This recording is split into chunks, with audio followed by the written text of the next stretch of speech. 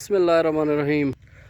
अस्सलाम वालेकुम। मैं हूं मोहम्मद, तुम मेरा यूट्यूब चैनल लेदे पे माई विलेज लाइफ। अज दे विलाग च अस तुहानू दस्सेसू कि जेह्ड़ा अस 12 साल लगा दी काश्त करने पियो वो सारा जेह्ड़ा बिजारा है वो पट्टिया पिया है। अस को पटते दूजी जात जड़ी शिफ्ट करने पे अस वो नहीं रहते।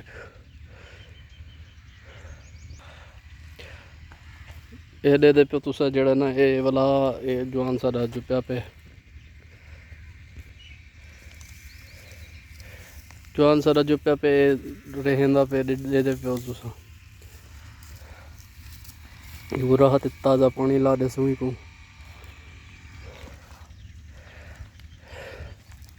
ये सारा अगू जड़ा ना ग्रास जड़ा पे सारा ये तुसा दे दे।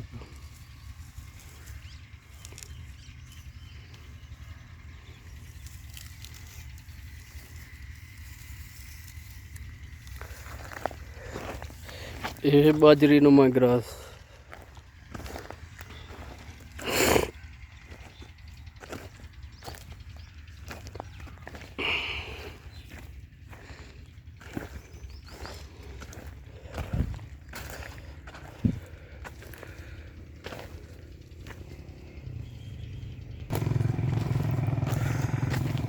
ये गन्ने नुमा ग्रास एक कूला होंगे वो भी कूला होंगे वो एक अलहदा वैरायटी है। ये अलहदा वैरायटी है तो सारे दे पे ये बहु मेरे काद कोल भी बड़ा घा है तकरीबन जड़ा है ना ये 7 फुट करेंदा है काद।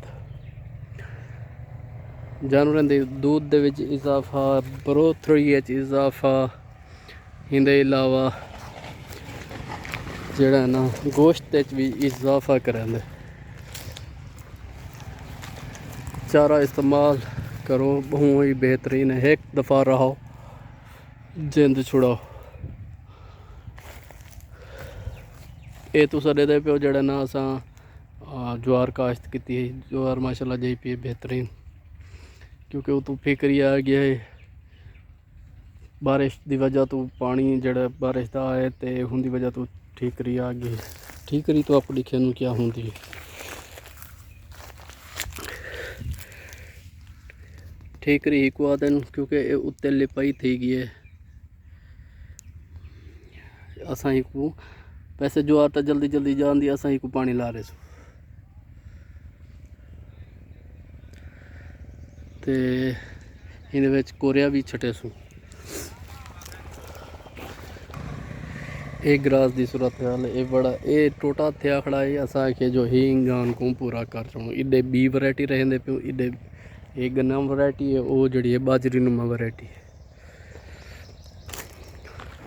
तो उम्मीद है सारा जड़ा ना तो विलाग पसंद आया उसी ते सारे चैनल को सब्सक्राइब करे सो बेल आइकन को लाजमी दबे सो कि ताकि सारी नवी आने वाली वीडियो तुहाडे ताईं पहुँचदा रहे वञो ते तुसा आगाही करेंदे रहे वञो।